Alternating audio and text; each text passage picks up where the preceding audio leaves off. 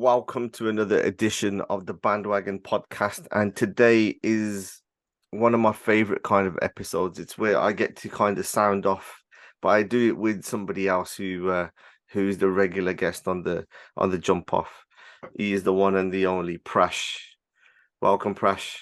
What up? What up? Hello, how are you? Firstly, can I just say that's possibly the best hat we've ever had. You know what? My missus doesn't like it, but I'm plowing forward with it, irrespective of her opinion. So When you buy a hat like that, talk to me through the process. wait, I don't know if it's trying to reclaim your youth or trying to find shades other than black to wear, somewhere in between, winter aesthetic. So many, things going into a decision like that. And then, you have to find the right way for it to sit on your head. Is it all the way down? Is it all the way back? So I tested this before I joined you on the chat. I'm okay with the positioning. It No, may change several times during the chat. People may notice it. You know what it is? I get jealous of people who wear hats because I can't wear hats. I've never been much of a hat wearer, to be honest. I like doing up the bonnet. This is the main reason for this is just I didn't do my hair, and the other look is very IT support worker G status. So I thought, let me not play to the stereotype. Let me try and look, a little happening. But I don't know if it's working for me. Let's see. No, it's all I had to invest quite heavily in hats when I went to Iceland over Christmas. Oh yeah, yeah, and so I didn't really care from there, but it just needed to be it had to be a decent brand. So I got a North Face one, right? Oh, so okay. I put it on, and something, it meant fuck all when I was there. I ended up buying a moleskin balaclava. Oh wow. Because we went to this one place. It's called like the Golden Circle, isn't it? It's nothing like, it's not like your 50 Shades of something. Like, yeah, this is a genuine kind of tour place, yeah. Okay. And it was minus 24 degrees there. Wow. Like, it was so bad that, as the your breath was coming out, it was frozen. Right. Like, and like my nose was like, so I looked into the head kind of attire very carefully at that point. So I'm pretty skilled on it now, and that's why I pointed it out straight away, Prash. Yeah. See, yeah, I haven't known any balaclavas before, contrary to popular belief of what London's apparently meant to be run by gangs these days or whatever it is. But It is, isn't it?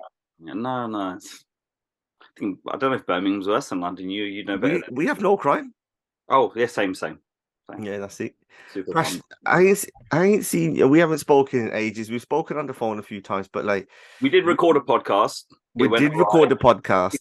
Yeah, yeah. However, there was a couple of things on there where, how you fact check things. Yeah, we had to. It was almost guaranteed a fact check that something was going to happen, and and it was being announced, and then it's gone quiet on that side. So it has. Yeah, I mean, this is a game that we play. There's always irons in the fire, things that can happen, and then you never know what can go wrong at the last minute. But we move on. We just got. So basically, before we get into kind of some core topics, yeah, what are you been up to? Yeah, we've just been busy, man. Yeah, busy with gigs, busy with life. Not much else. It's the grind keeps going on. As you know, you always see on socials, I'm jumping left, right, centre, and always busy with things. At the moment, we're doing a weekender in Amsterdam in summer, in July. A weekender in Amsterdam? Yeah. We're doing a full Thursday to Sunday program. We have a big brand every summer that we do called Summer Jam, which is kind of like one of our premier events. So we're doing it in Holland this year in Amsterdam on Saturday, the 1st of July. And yeah, we'll be doing a brunch during the day on that day. We've got a boat party on the Friday. We've got a coffee shop takeover on the Sunday. So we're doing a real diverse events. Yeah, for those that want to, or for those that just love coffee, they can just come down too. But yeah, we'll have a lot going on. What kind of music is that? Is that like Desi music and stuff? Yeah. Desi. How do I not know about this? Huh? Have you advertised it anywhere yet? No. We've got page set up and stuff, but we haven't gone full whack with it yet, just because we were just tying up a few loose ends. But it's all like the main event's already signed off, the brunch already signed off, just setting up everything up. But the proper announcements in a couple of days on Sunday, and then yeah, that's it. We made an announcement actually on our 16th birthday at Ministry with a big recorded thing, but we've kept it a little bit quiet just as we had to tie up some bits. But yeah, it's all done. So is it like my flex? Like anyone can come. It's going to be open to all. It's not just student only. Holland's actually got a pretty it's a new but decent scene already. We know some guys that are local to there. Some of them have been coming to our events for years. So we've teamed up with one of them to do the main event on the actual Saturday itself. But we'll also have our own sort of events circling around it, because we do have people that come from all over Europe for our events, like Austria, Germany, Spain, etc. So we'll do that, but we'll have our own events running concurrently as well. But a collaborative event on the Saturday night, which is a big one. That's like 1,200 cap, decent sized, big venue, and we're going to try and take. We're expecting to take 400 to 600 people at least from London alone, or the UK rather, and then we'll have people coming from traveling from all over, and plus local people. So yeah. I've never been to Amsterdam. Have you not? It's Nah. It's an interesting place. Yeah. I've heard the stories, but I think I might have to. What stories have you heard? Huh? What stories have you heard? Huh? I don't know, man. What's the stories? Okay, got you. Yeah. You know I've seen videos. If you what? How do I put this gently? Whatever you're into is available there. Yeah. Put it that way. So, and if you're not, it's a great city. There's loads of amazing places to eat, as you can imagine, for people that like to smoke. They need something to eat straight after, right? So you can imagine the dessert parlors are crazy there. The sweet shops are crazy there. All the snacking is on another level there. I went with my boys in last summer, and we just took a boat out on the river, and they let you do that. A bit worryingly, there's no license or training needed. They let you take a boat out onto the river, and you can follow a river route.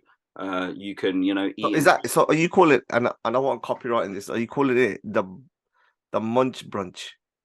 No. It's just going to be our regular brands, but in Amsterdam. So yeah, because I think that's sick.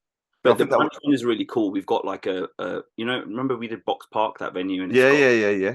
So we've got their version of Box Park in Amsterdam for our brunch. It's about 700, 800 cap, quite a big place, many different food outlets, and they've got a club space. And so we'll do an afternoon brunch there. And is there any artists you can share? This will come out next week. Or shall we play that? No, I can't. We're tying it in with a European tour that we're going to do as well. But that's what we agreed. But I'm not going to say anything anymore. Yeah, we talk about that when it's. We've learned our lesson. When the poster's done and out and on sale, we'll chat about it then. Do you know the other thing as well, Prash, is like I'm borderline celebrity now. I know, man. I've been keeping up. I am. I'm at the point where I think that recognition now when you're out and about. Like, is that I can actually like sack this off now. I've achieved the dream. Really? Wow. Jazzy B was achieved. Oh yeah, that's true. I was going to ask you about that. How was the experience? I watched the whole thing. I know you just put up Zeus. I haven't had a chance to into it. One of my favorite people. Just like, brother. I think I'll be honest. Go on then. Yes. I think you were quite starstruck. And, I've been hearing about this prep that you've been chatting to me about for a long time now, the board, blah, blah, blah, all of this stuff. And I feel like you didn't even ask half of what you wanted to ask him, which is natural, right? Because when you're speaking to someone and having an interview, having a conversation necessarily, they will go off and you want to let them, be comfortable and use that space to express themselves. And sometimes you're not going to be able to touch on all the topics you really want to. But I could sense that there could be a part two, because I feel like there was a lot left off. So I'll let you in on. I'll let everyone in on the kind of bits on it. So I'd been trying to work on it from various different angles in it, and you're back. There you go. Yeah. No, I was working on it from various different angles, and I actually thought that it was never going to happen. Yeah. So I'd done the prep for it ages. And then kind of forgotten about it, to be honest. And then it really moved really quickly. And what I was conscious was that he had a show coming up, so I had limited time. Yeah. And plus, I had loads of different moving parts, because I had like Josh, my son, he wanted to come in as well. So I was kind of managing and balancing quite a few things. And there were few different angles. I mean, he kind of messaged me after, and he was saying like he'd never been asked some of those questions, which is what I always wanted. That's what you want, yeah. And also, I was trying to be respectful as well at the same time. But yeah, there will be a part two. Yeah. And I mean, he followed me, man. He followed me back on Instagram. Follow me back on Instagram and on Bandwagon as well. So I was like, I was so chuffed with it. I was really happy with it. And the feedback that I got, the feedback that I got, it was some of the nicest feedback that I had, which was people were genuinely messaging saying, I'm happy for you.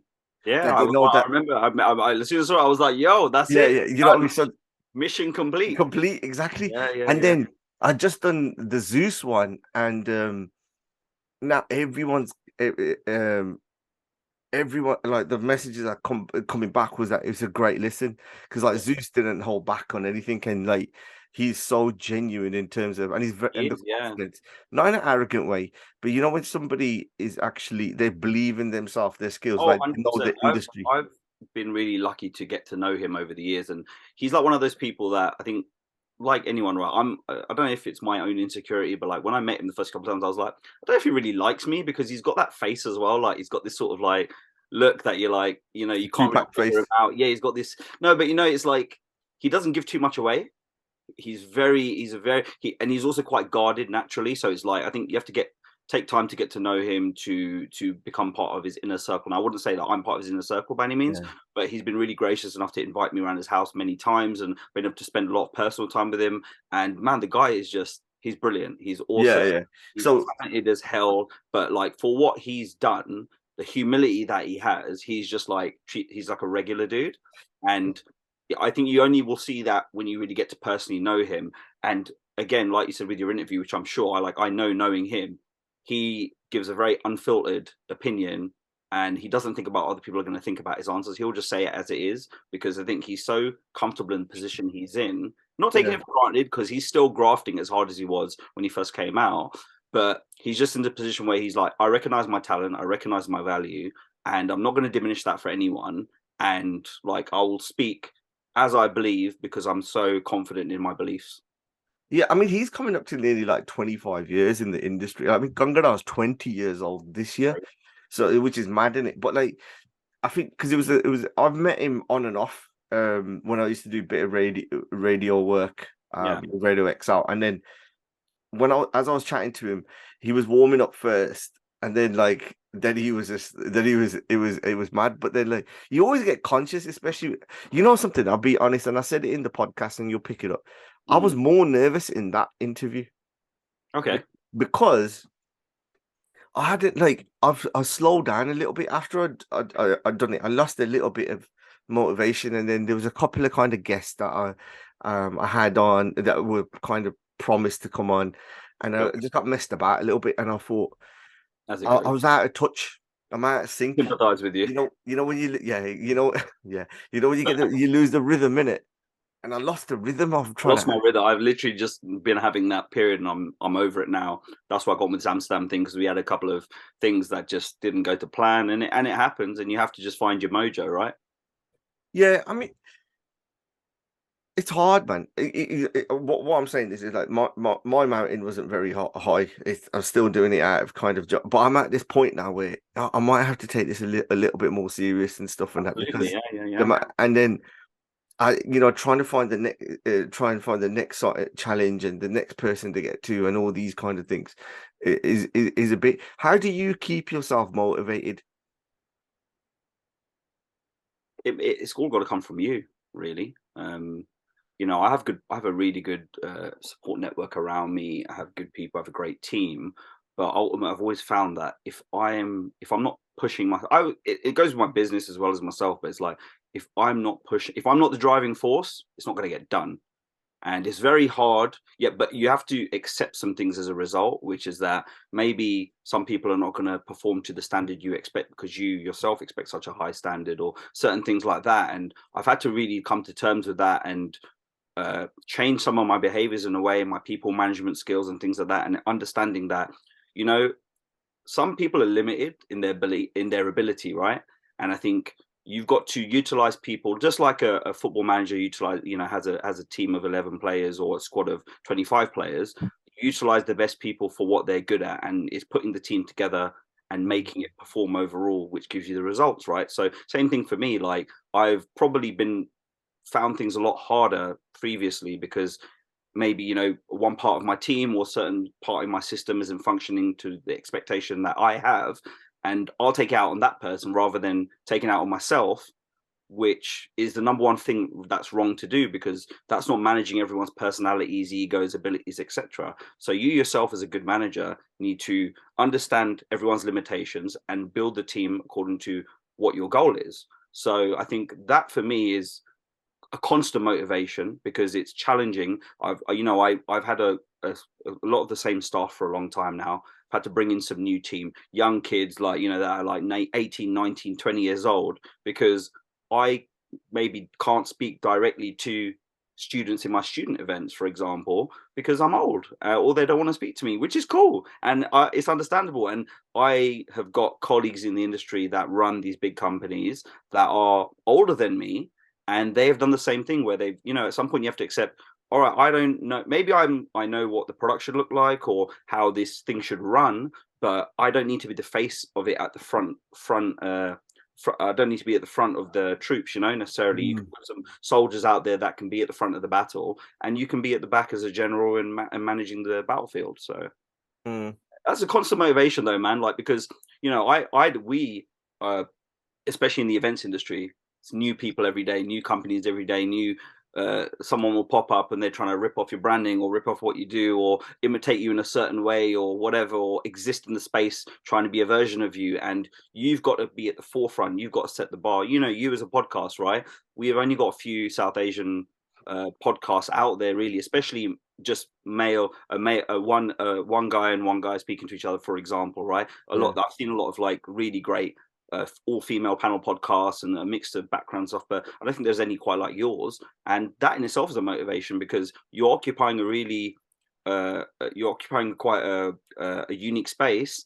And yeah, there's a few new podcasts that have started coming out recently, but you've at least had the time to hone your interview craft now, which is quite a hard thing to do. And I feel like when I've watched your podcast recently, you're getting into the swing of it now. Yeah. I finally found, and it can take some time. I'm finding the subjects that matter or the questions that matter. But I think once you get into that, you'll find that comfortability, and you've hit like some of the big names that you were thinking, wow, like if I get to this name, oh my God. So you've done a Jazzy and a Zeus back to back. Like, that's crazy, right? Yeah. Yeah. And if those people can come back to you and say, I really enjoyed the interview, because they've done a shit ton of interviews, right? They can come back and say to you, I've had really good questions here.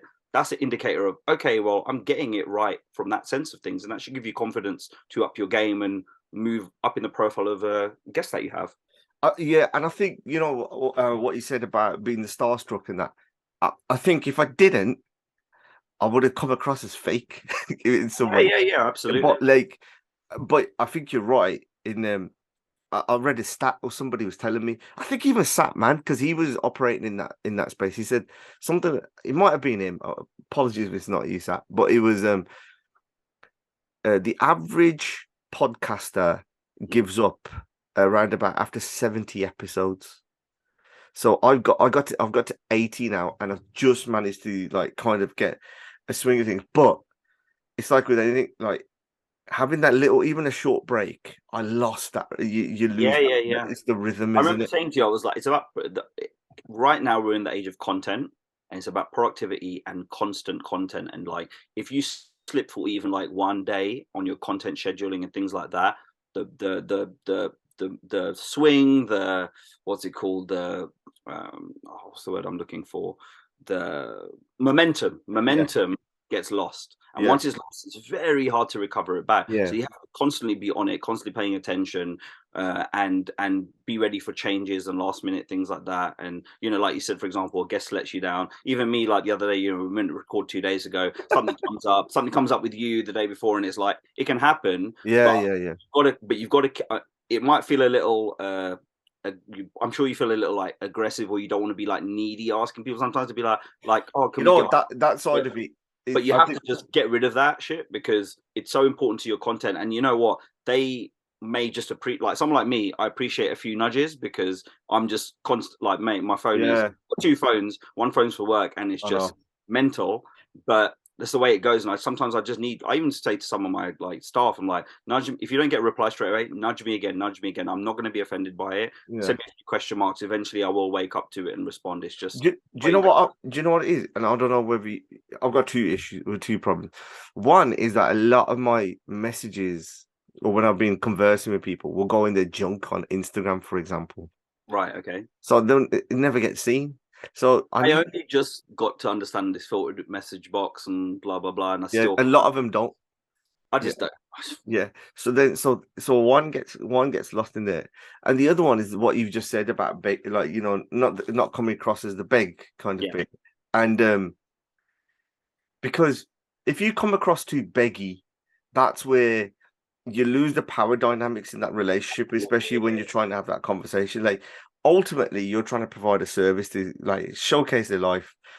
What I'm giving a plug from there. How do you when you're putting something together, you've got an idea, definitely who you need for this artist, blah blah blah. How do you kind of balance that then? How do you kind of avoid the beg, so to speak? We don't ever beg. That's it. It's a bad character trait. I think personally, like my partner always has a go at me about it. Once I dig my heels in, I have to dig myself out of that mindset. Only no one else can tell me. Like, if someone disrespects me, or I feel that kind of way that someone's condescended, or they haven't treated us with the respect that we feel like we've earned through our own hard work, then yeah, man, it takes a while to climb me down. I don't know.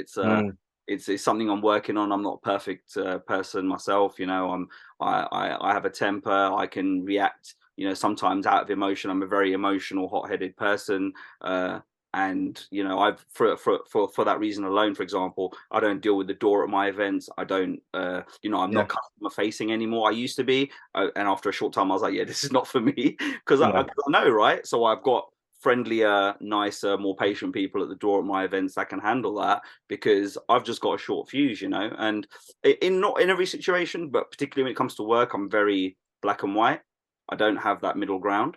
So I think when it comes to artists, especially, and then you've got the egos and everything in top, it's really, really difficult. And, between myself and my partner, we manage a lot of relationships between us. He's friendlier with some people that I'm not, and I'm friendly with some people that he's not. And it's like that, really. You build a personal relationship with people, and some artists, for example, just feel more comfortable speaking to me than they would him, because they know me. They've seen me since 2006 or whatever it is, every year or every other year at gigs, at this or that, and they've got to know me as a character or a person. And at those events, for example, like, I don't know, let's say like a Panjabi MC, right? It's a personal relationship.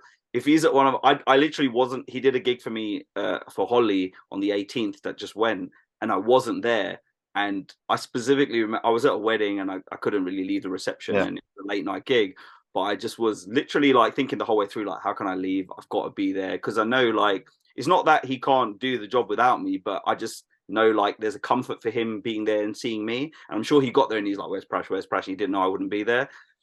And, it's awkward, but I can't be there all the time. And it's work. So, one of the things that we mentioned in the other recording was about, and it really sort of, it's I can't get it out of my head, is when you were talking about how you really think that the future of kind of just Desi only nights is ending.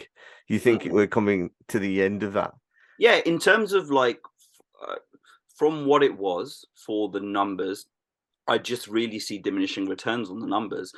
Live scene still, I think, like, the live scene can thrive, and I think the concerts can do great numbers. But I think as a club scene, I just don't see the volume anywhere close to where it used to be. And I've looked at the whole of the UK, including ourselves, and I think everyone's numbers are down. That they're still busy. Like, I mean, we still do 800 to 1,000 or 1,200 for Desi, specifically for Desi beats, for Punjabi Bhangra music, but Bollywood is just way bigger in terms of the numbers, in terms of even the number of students that are coming here and studying Indian, Pakistani, otherwise. They all love Bollywood music, right? So they all want to attend an event like that. Whereas Desi, Punjabi is quite specific. It's quite narrow. The productivity coming out for that type of music has gone down a lot. The number of artists producing that kind of music has gone down a lot. The quality level has gone down a lot. So, those things are gonna diminish the numbers as a result. Yeah, because I've kind of seen a lot of those artists now all of a sudden are starting to do tours. And you know, when I see some of the tours that they're putting on, I'm like, who's genuinely going to go out? I'm worried to see like some of the venues that they're going to put out, or the amount of venues that they've got done. What Yeah. you know, what's your opinion on that? So it's funny you mentioned that. I was just speaking to Sonny earlier, who obviously that works with me very closely, and we're pretty much there. We're speaking to an artist of great repute, a bit older, that sort of like Gurdas level artist in terms of how long he's been around and his reputation, etc. And he's come here prior and done Wembley Arena and places like that over the years and sold it out and done 8,000, 10,000 people. And we had a really honest conversation with him on Zoom where we was kind of saying to him, Baji, like the scene has totally changed. Of course you've been around a long time. We totally respect that, but the numbers and what you used to do and the number of people out anymore is way, way down. And we don't want to overpromise you. Like, I'm sure lots of promoters will come up to you and say, yeah, like we'll do 5,000, 10,000 people. We'll hire Wembley Arena. And then on the day, they're going to be, pulling it down to 2,500 cap and giving away free tickets. And it's not going to be what you expected. So I'd rather readjust your expectations, be honest with you about what we can achieve, and if you feel like this is a plan that makes sense for you, let's go for it. And he really understood, which is rare because every artist's got an ego and they believe that they're the biggest thing going. But he was honest about it. But not everyone's like that, and no one wants to hear that. Last time you came to London, you did Wembley Arena, you did 10,000 people, and now when you come, maybe you'll only do 2,500. But that's the reality, and I don't think there's any shame in those numbers as well. If you're selling it out and you're doing 5 or 6 cities at 2,500 people a pop, that's really good. Like these newer singers that come over, they're coming in, they're singing in a banqueting hall, and 100 people turn up in Southall, and they've got 10 million followers on Instagram. What does it even matter? You know what it is? I actually had this genuine conversation with someone where I said, you could argue that Bubblicious has had one of the most successful tours in the last 2 years. I agree. Impact, numbers, engagement, which is the new thing now. Yeah, incredible, man, incredible. And there's an appetite still to see him. It's just unlike anything I've ever seen. And I know he's got new music coming, and it's going to be incredible. But yeah, man, like I've just not seen anything like it. And you know what? Like I said, which obviously we can say again, his fandom, the way that people appreciate him, the way that people love him is just different. It's just different gravy. It's only a handful of people that can generate that sort of love. Like, man, I saw we did a meet and greet in Mr. Singh's Pizza in Handsworth. Yeah. For them, brilliant people. And man, people like families coming, right? And they've got like 5, 6, 7 kids between all the cousins or brothers or whatever, and kids printing out Guddy Red Challenger and wearing their like custom t-shirts, and kids coming and singing the entire song in front of him, and things just things like grannies wanting to take photos of him, and aunties and uncles and young kids and old people and mums and dads, and it was just, yeah, man, it's just rare. I think he's a very unique situation, because I think he also got the lot of love that people wanted to give to like Just Rain, because he's not that whole crew. I think they all accumulate the same level of love. Because Just Rain isn't available. Like Babu, like for me, he was the star of those clips. Like for me personally, when he used to do his sketch bit on his bits for me were always the funny ones. Like I love the tie jacket guy. I love the guy in the gym. I love the mechanics one. Oh man, just when he played like the granny or the bibi or whatever it was, like his personality shines through, and like he's a very genuine guy. If they went on tour together and they were there, they would be. They did do the Christmas album tour, and which they always put out. Like, but what I'm saying is like, you know what? He sang a couple of he sang a couple of the Christmas songs on the club shows, and they like, okay, not everyone knew them. Obviously, most, like, let's say 70% of the people are just like Challenger only 5 times, cool.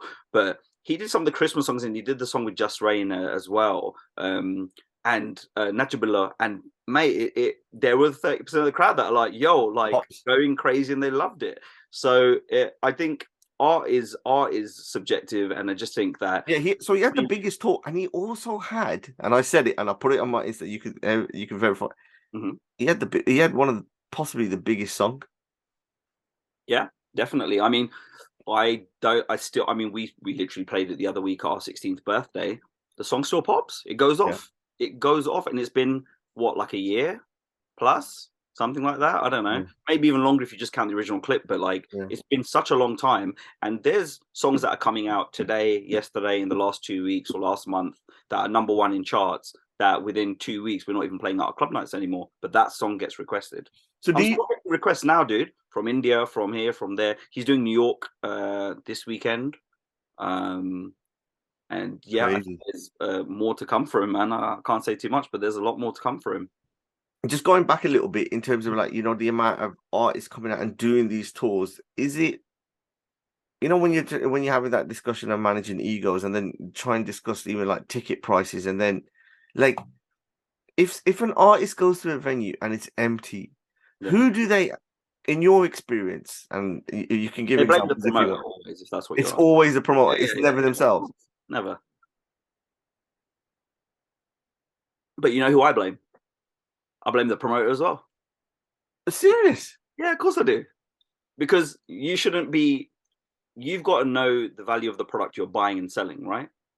So for Right. me, I never, you know, okay, we get like rail strikes and weird things like this these days or whatever. So those are little factors, or like, for example, it's Ramadan right now. So, you know, certain Asian club nights will go down about 30% overall in numbers. But like outside of that, I blame the promoters always, always. I take responsibility myself. If the night is a flop, I look at it, how did our strategy go wrong? It's never the artist, because I'm the one that's telling the artist to come perform at the night. So I'm booking them on the proviso that I believe that them combined with our product is going to work. So how can I blame them? No, I'm a bit. You've convinced me, and you're right. But I never thought I never thought that would be the answer. I'd always thought I'd blame the artist, because the art. Nah. You know, listen, I don't want to name names. I can't remember some of the names, but you know, there's been a bunch of singers come from India. I remember when Brit Asia did their tour. Oh, sorry, Brit Asia, but let's talk about it. They did their tour and they brought all these singers from India, and then, you know, a couple of their events were like not even half full, and the rest were cancelled or empty. And who do you blame? Do you blame the singers? I mean, they bought Himmat Sandhu, I think. They bought Navan Sandhu, some other guy. Another Sunday.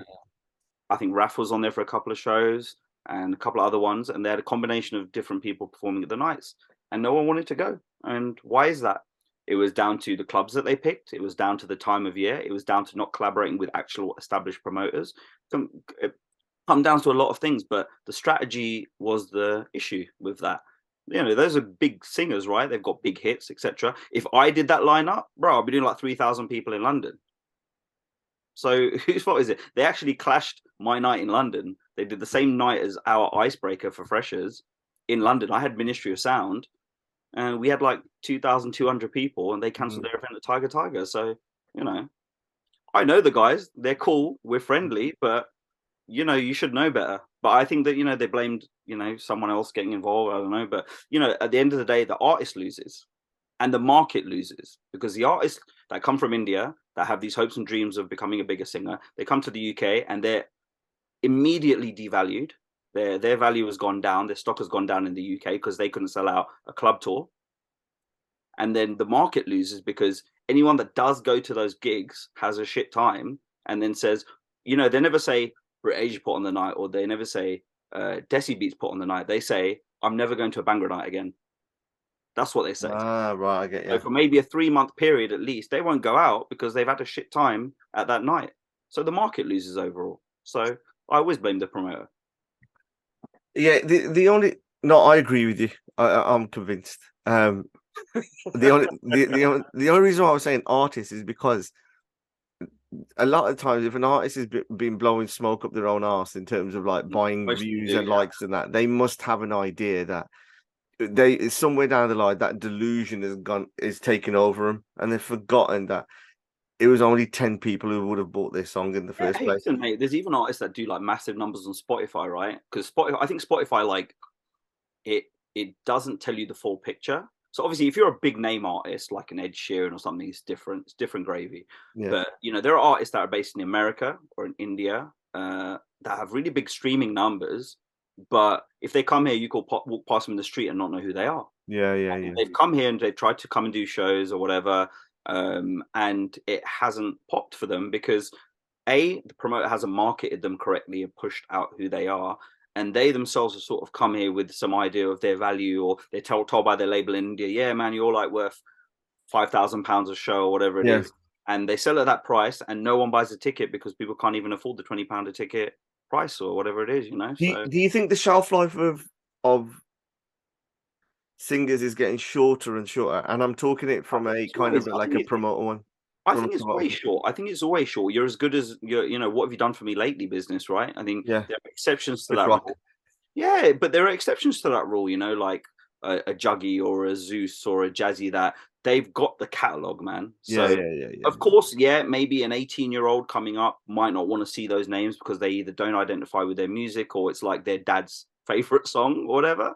But the newer artists, certainly, it's true though, right? So the newer artists, certainly, of which there aren't a lot, need to be constantly putting out music and bodies of work.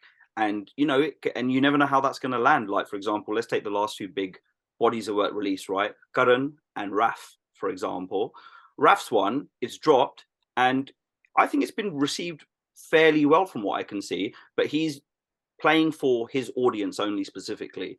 And if it grows as a result of the music he puts out, great. If it doesn't, I think he's just happy that he's put out work that he wants to put out. Cool. Same thing that Karan's done. Karan, you know, put two previous albums were, let's be honest, rubbish.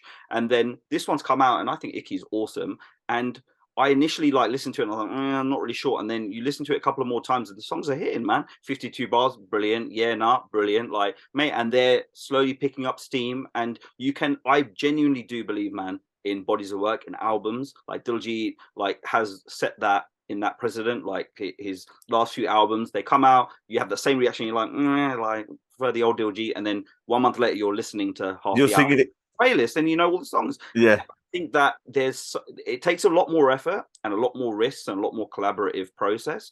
But I think that that's the way it needs to go back to, man, because these guys that are just chucking out singles, they're there on Instagram for 5 minutes or on Reels, and then people have moved on. They don't care, they're not invested. So I'm definitely becoming less tolerable into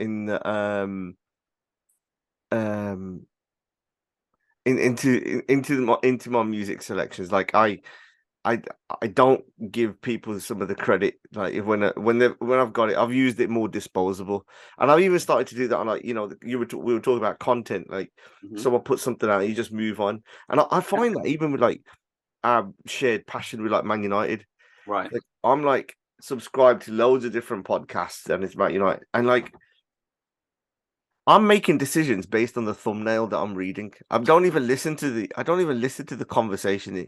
It could give me the cure for anything, right?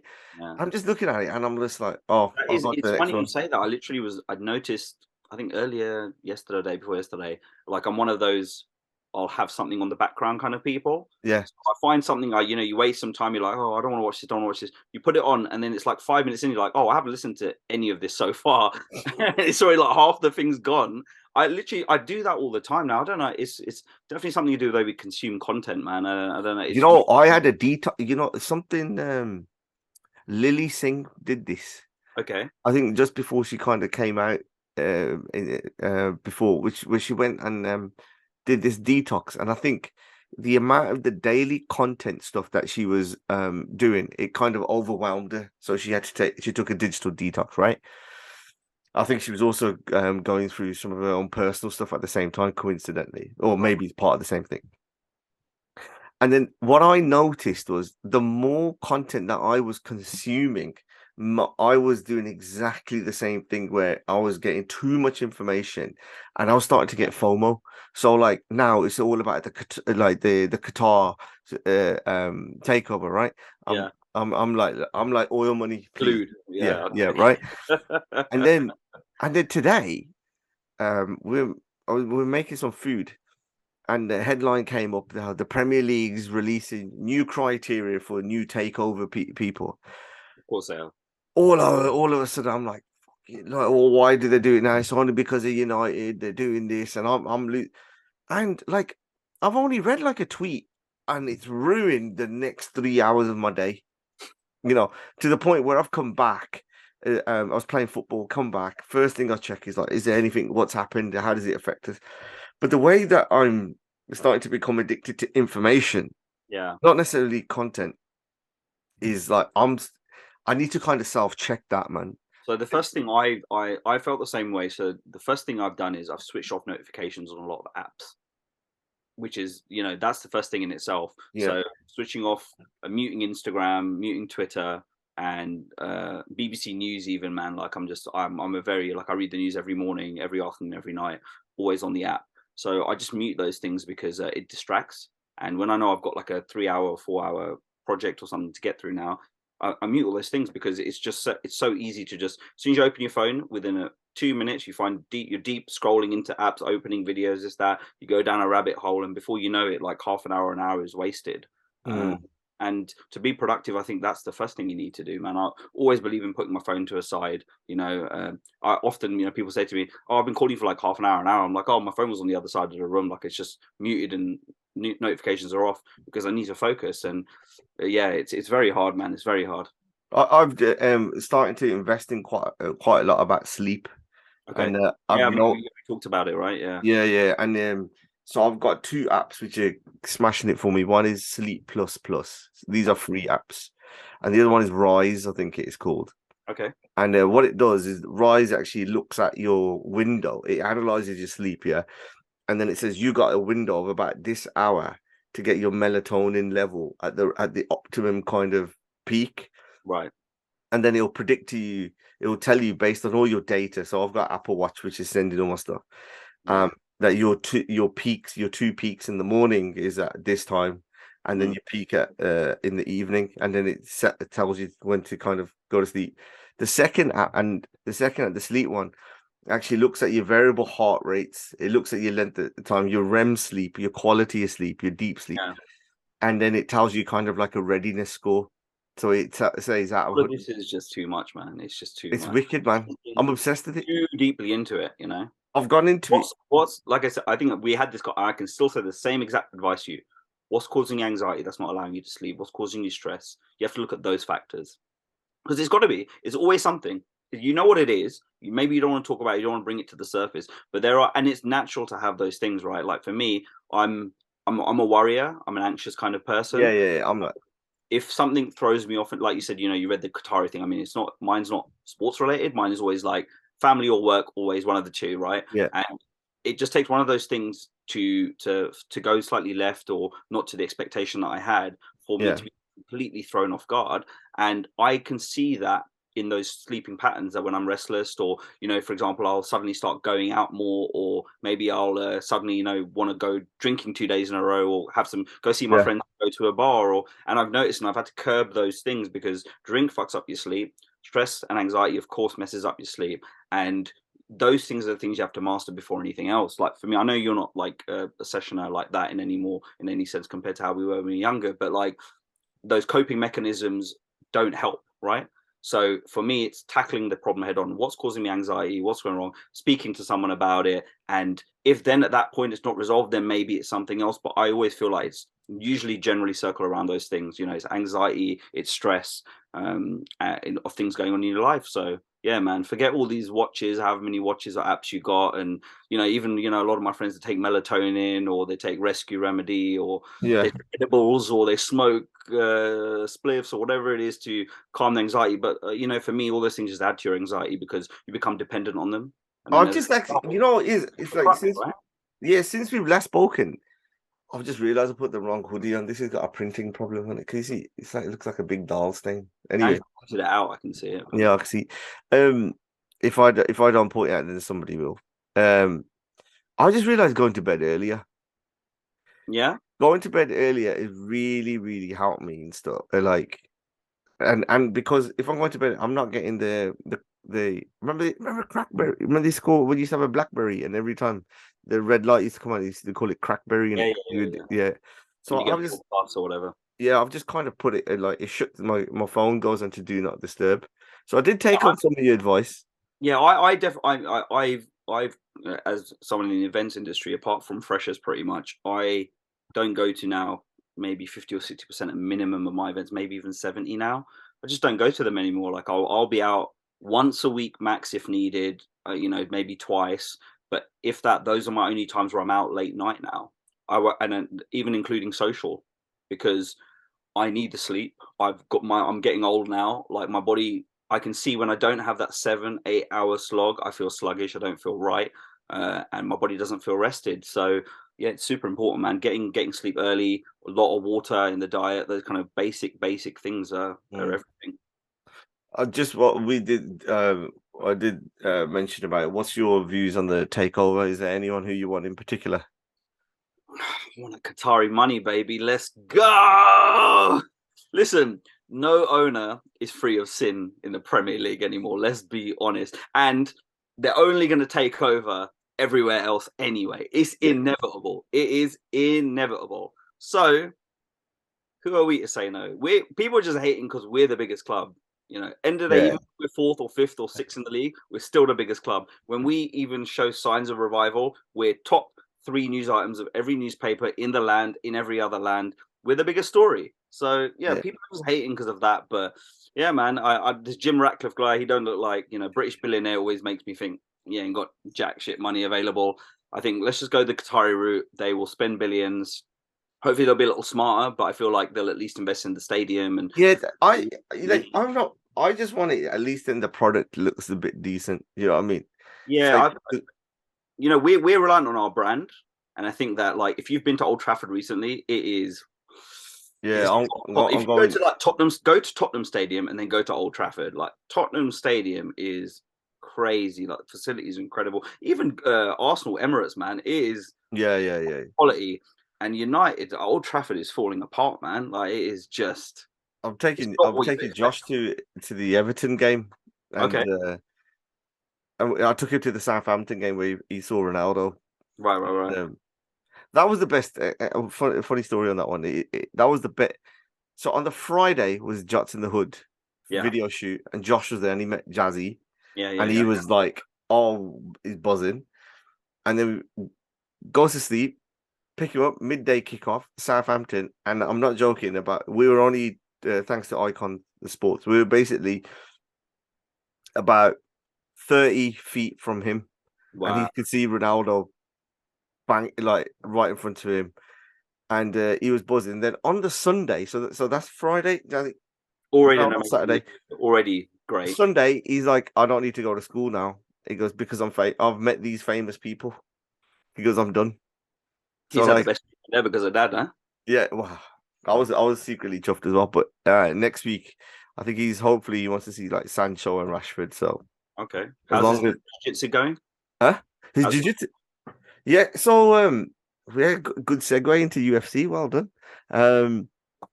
He's got a grey belt now.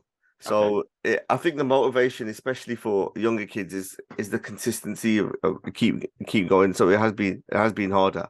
Discipline, isn't it? But when we spoke last, you said you weren't going to UFC London, and then what did I see on Instagram? But my man was live and direct in the O2 Arena.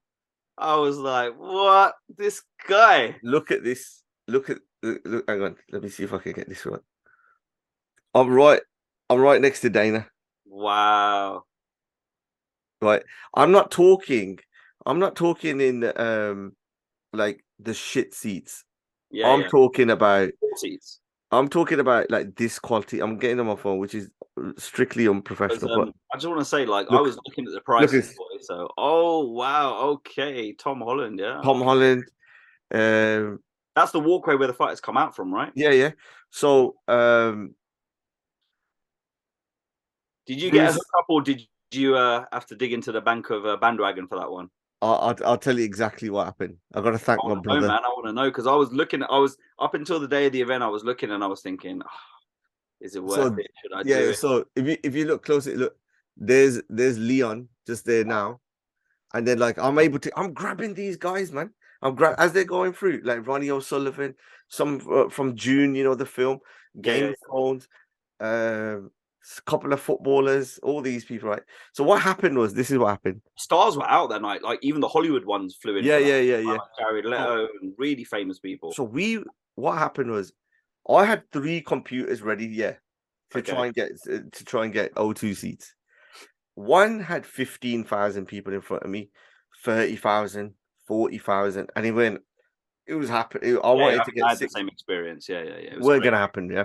Wasn't gonna happen. No. And then my brother, a few weeks later, basically says, "Listen, man, I got to connect to get a couple of tickets. Do you want to go?" And I said, "How much in it?" And he told me the price. And he goes, "These are floor seats in it, and they're going for like 3.5 grand." And he goes, "But I could get the guy owes me a favor, get you like for like How much? 500 quid each."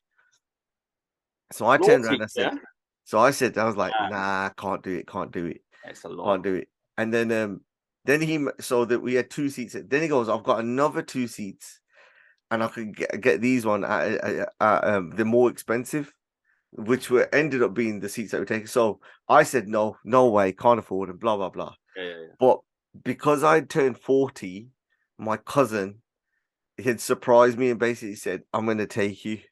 Wow. Yeah. So the footage, the G Wagon is his car. So he Yeah, goes, man, you were rolling in he's like, style. I I was was wondering what I was wondering whether you were getting sponsored for that shit. killing it, mate. I was killing it. So I was like, it was one of the most longest journeys around because we left from 10 to 3 Yeah. to 10 past 7. I managed to park up. Yeah. Yeah, So because it was also a bit of a getting weird, to itself and getting parking is yeah. So it was a little bit of a weird one, to be honest. And it's a bit of a sad note, but like one of my boys, he passed away. We found out on the morning. oh, And so Camby, who runs Fearless, yeah. he's part of Leon, Leon Edwards' yeah. camp, and he trains him in wrestling. So, and he's agreed to come on the podcast now. So Awesome. I've Great. got him, yeah. And I had to call him in the morning because I said we were going to try and meet before the fight and stuff like that, and we didn't get a chance. And so as Leon's coming out, I say to Camby, "Hey, yo," and he goes, yeah. He goes, "I'm coming back." So the fight happens, crazy fight. Of course. I mean, Brilliant. we while we were there, it sounded like the whole crowd was like coaching him in terms of what to do, when to I kick can and stuff. imagine. Yeah. So even then, I kind of scored it in that while being there, about 4-1 to Leon. Right. The only one was that obviously he got the point taken away from him in the third, and I think it might have been 3-2 to Leon either way. Yeah. But we were convinced in that entire. And then on the way out, the footage I'm showing you, as Kamaro and Leon going, Cam's there, so he grabs me, and then we have like a quick 10-second chat, and then Sure. Because I mean, he's take got take a picture. on. So I ring him again in the morning. I said, because we got to go and pay our respects to our mates. Yeah. And he goes, "Look, man," he goes, "I rang you about 11. He goes, "I haven't been asleep." So this is like, I've come back, slept, blah blah blah, and then but that whole experience is like of him telling me what he got, like what the camp was like and what he was doing, was like it was crazy. But I, even up until the couple of days before, I weren't gonna go, Yeah. and then it just happened, and it was amazing. It was good. It's good because I've done years ago. I went to MGM. Told you that the London experience is just Yeah, different. yeah. It Great. started off a little bit flat. I felt, if I'm being honest, but then the last 2 fights, especially when Justin Gaethje's the one That where was just an incredible fight, man. that was just Wow. pure. Pure Like violence. it was like, but then like when Colby Covington came in as well, like he wasn't too far from us, and Right. he's just standing. He stood up the whole of the fight, but we were hearing rumors that Connor was coming, and so like, so where we were standing, it was where the exit was, right? So Right. where people will come in, like some of the stars or whatever, will come out that way, sit on the seat, and then they'll walk back that way. But the fighters would or exit that way. Right. But we didn't realize that Leon was coming in that way. So Oh, the wow. entrances where all the entrances where fighters were coming in, that's where where Usman came in that way, and then Leon came this way. So Wow. we were like, fine. So we hung about after. It was a good experience. Like there was nobody who was a hero, and it was good. But what did you think of the fight? Did you think it was a fair I fight? thought Leon won it, but it was very close. Yeah, I don't think it was a wash by any means. And Kamaru's like championship level fighter. I mean, where does he go from it? It's hard, right? Because Yeah, He's the I goat of mean, that. He is the goat of that division currently. Still, yeah. no, actually, no, that's a lie. GSP is. What did I even say that? Sorry, he's number 2 in What the you mean? list. I thought you meant active wise. Active wise, yes, he's the goat. But yeah, overall, no, he's second to GSP. But it's hard because his body's already battered. It's well documented. His knees are shot. He He looked. has a lot He of looked. problems. The But he biggest still thing. looks good. But I No, think he he looked. He looked. really He looked good, but he looked like doesn't doesn't he look look like he a didn't bit have any old? strength in his legs. He looks a bit old. Yeah, he did, man. He did. And He Leon hasn't was. even got a lot of fights on his resume. If you consider, he's got about like 25 fights or something. Yeah, 26 he's got. fights. That's not a lot. I think he's only got. I'd say 3 maximum fights in him. Yeah, I think he's just. I think for him, I think he could. I think he could well justify going for another shot with Leon. So I think he'll probably have a tune-up fight and then go back again. And But I can't see. I think we're. I think the tougher fight is going to be because he's even though he's saying no, be Leon and Colby Covington. they're going to go with that. Yeah, It's like and Dana held their ground, right? I think that'll be a very difficult fight for Leon Yeah. because Colby is Oh, he. listen, Colby, no joke. Relentless. The wrestling is on another level, and it's relentless. And He if you calls it. He calls follow it you with the punching and porn star cardio. bro, he is incredible, man. But you know, he's the second fight in Kamaru against Kamaru. He didn't look like the same fighter. Yeah, I true. feel like True. Kamaru really like put it on him, you know. And I think even, I'd want to and see. you know, who did he beat after that? Robbie Lawler, wasn't it? No, I think it was Robbie, right? Someone he beat the shit out of someone, but like it wasn't. I wouldn't say someone that's a top contender. It's someone that's a you know, it's not like a Gilbert Burns, for example. It's not someone current, you know. It's someone that's a little. Oh no, he had Masvidal. Yeah, He he battered him. and I feel like he beat someone else. Yeah, let me find But he out. had like 2 fights, and yeah, I just think like I don't know, man. He fought. I'll get his record up. But you know, Leon is the champ. Then, yeah, it was Just Masvidal that he's fit for. Masvidal, yeah. Okay, fair enough. But you know, he did all right against Masvidal. But I don't think Masvidal's that great. Yeah, I don't think he he's a beats. journeyman. He's got Gilbert Burns, isn't he? Yeah, I think Gilbert Burns is going to beat him. Yeah, and then smash him. That's the whole point. I think I would have. Burns' wrestling and jiu-jitsu is nuts. And yeah, he's got a granite chin on him. Like, he'll keep going. He's so durable. Yeah, so he Kamzat, bro. Look what he did to Kam. He fought Kamzat, and mate, he got licked so many times. He just kept coming. He's an animal. Covington had Rafael dos Anjos, then he fought Robbie Lawler, and then he fought the first Usman fight. Right. He battered Tyron Woodley. Then he had the second Usman fight, and then he battered your game. Masvidal. But yeah, look, Masvidal got knocked out by Usman too. So what does that mean? So I think the perfect scenario for me would have been Leon fighting Masvidal, yeah, and then going to Colby. Yeah, but also it's like a dollars thing, right? Like Colby sells money. I think Masvidal has lost the match against. If Masvidal had beaten Covington, I think he would have gone straight in against. I don't think the other thing is I don't think Dana likes that the belt's in the UK. It's not good for pay-per-view. It's not good for anything else. Yeah, and I think even though from the image wise he's trying to play up, say yeah the UK is all this. I think he knows what's best for business. Of course he's an American champion. Yeah. Wants to keep it out of here. That's why I think he's in Leon though, man. Fingers crossed for him because it's lovely to have a champion. It's awesome, especially someone who's still young. He's in his prime. You know, I think Colby's fine because he's got that next career move into WWE. Because it's WrestleMania this weekend. I'm sure they're going to make a play on it as well. So you know what I mean. You can see the future in a lot of these guys. But yeah. I think that's a winnable fight, though. It's a tough fight, but I think Leon. You know, if there's ever time to fight Covington, it's after he's been knocked out by.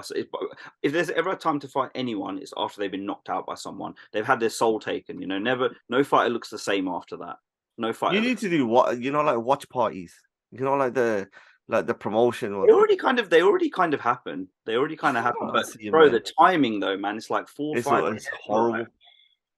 I even just with me and our friends that watch it, it's like it's a struggle for us to stay up and do it. You know, we're old now, man. Saturday night, 3 a.m., 4, 5, 6 o'clock in the morning, whole Sunday written off.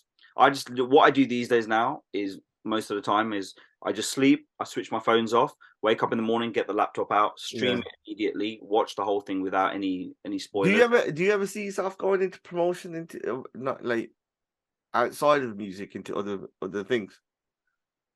I don't know, man. I don't know. I'm all about, you know, business. So if it makes business sense, why not? I'm trying to diversify out. Like I said, I think in the last podcast, that unfortunately, rest in peace now. But I did say that I was diversifying into other South Asian music genres and other genres in general. So we are expanding that base and the style of events we do. But I think I want to conquer this space confidently a bit more, including going international. We're doing, like I said, Holland. We're doing a few other countries in freshers. And I think once those things are established and we have one more freshers under our belt, I'm going to start, you're going to see some different moves from me. So, because we'll have the time to do it, the team will be established. So, what about Desi Live? Are you thinking about that yet? Yeah. We're gonna be doing one in Birmingham this summer.